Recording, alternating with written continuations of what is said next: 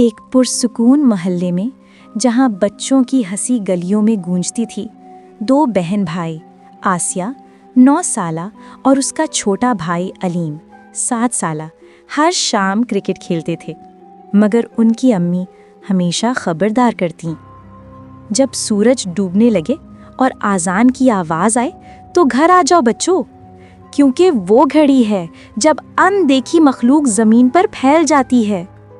ایک رات تجسس انہیں وہاں لے گیا جہاں انہیں کبھی نہیں جانا چاہیے تھا۔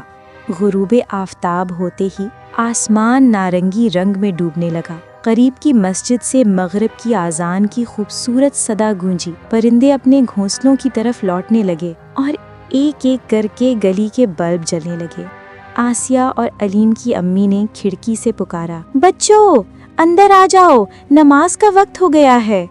امی بس ایک اور اوور، آسیہ نے ہنستے ہوئے جواب دیا۔ علیم نے مسکراتے ہوئے گیند اچھالی۔ انہیں احساس نہ ہوا دیواروں پر پڑتے ان کے سائے اب ان کی اپنے نہیں تھے۔ اذان ختم ہوئی، گلی میں خاموشی چھا گئی، ہوا ٹھنڈی ہو گئی، اسٹریٹ لائٹس ٹمٹمانے لگیں۔ آسیہ نے شاٹ کھیلا اور گیند ویران گھر کے ساتھ والی تنگ گلی میں جا گری، ایک ایسی گلی جس میں سورج ڈوبنے کے بعد کوئی نہیں جاتا تھا۔ علیم جلدی جا کے گیند لے آؤ۔ علیم نے قدم بڑھایا اور اچانک تمام بلب بجھ گئے، اندھیرا چھا گیا، صرف وہ گلی ہلکی سرخ روشنی میں نہا رہی تھی، جیسے کسی بجھتی آگ کی چنگاری۔ علیم ہمارے ساتھ کھیلنے آؤ۔ علیم کے قدم رک گئے۔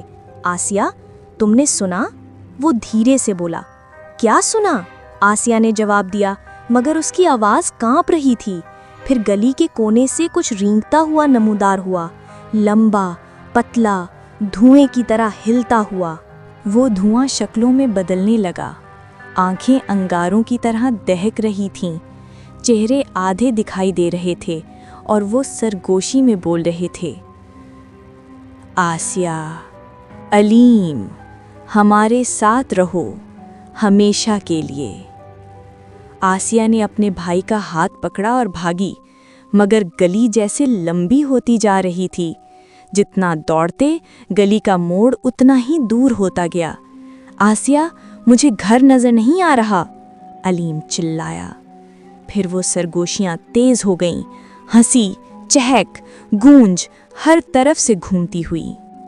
تم نے اپنی ماں کی بات نہیں مانی، اب تم رات کے بھو گئے ہو، ہمیشہ کے لیے۔ آسیہ کی آنکھوں میں آنسو آ گئے، اسے امی کی بات یاد آئی، جب خوف محسوس ہو اللہ کو پکارو۔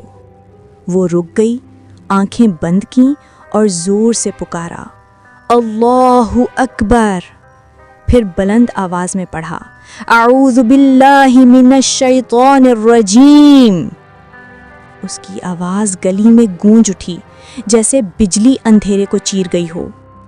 ایک لمحے میں وہ سرخ روشنی سفید نور میں بدل گئی، سائے چیخنے لگی اور دھوئیں کی طرح تحلیل ہو گئے۔ گلی پھر سے روشن ہو گئی، لائٹس اب پرسکون، صاف اور چمکدار تھیں۔ آسیہ اور علیم اپنے گھر کے سامنے کھڑے تھے، ان کی امی دوڑ کر باہر آئیں، آنکھوں میں آنسو۔ میرے بچوں، مغرب کے بعد باہر نہیں جانا چاہیے۔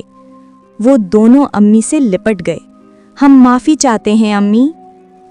اس رات مغرب کی نماز کے بعد امی نے کہا، ہمارے پیارے نبی صلی اللہ علیہ وسلم نے فرمایا، جب رات ہو جائے تو اپنے بچوں کو قریب رکھو، کیونکہ اس وقت شیاطین پھیل جاتے ہیں۔ اس دن کے بعد آسیہ اور علیم کبھی مغرب کے بعد اکیلے باہر نہیں نکلے۔ اذان سنتے ہی وہ دوڑ کر گھر آتے، رات کے خوف سے نہیں، بلکہ نبی صلی اللہ علیہ وسلم کی سنت اور اللہ کی حفاظت کے پیار میں۔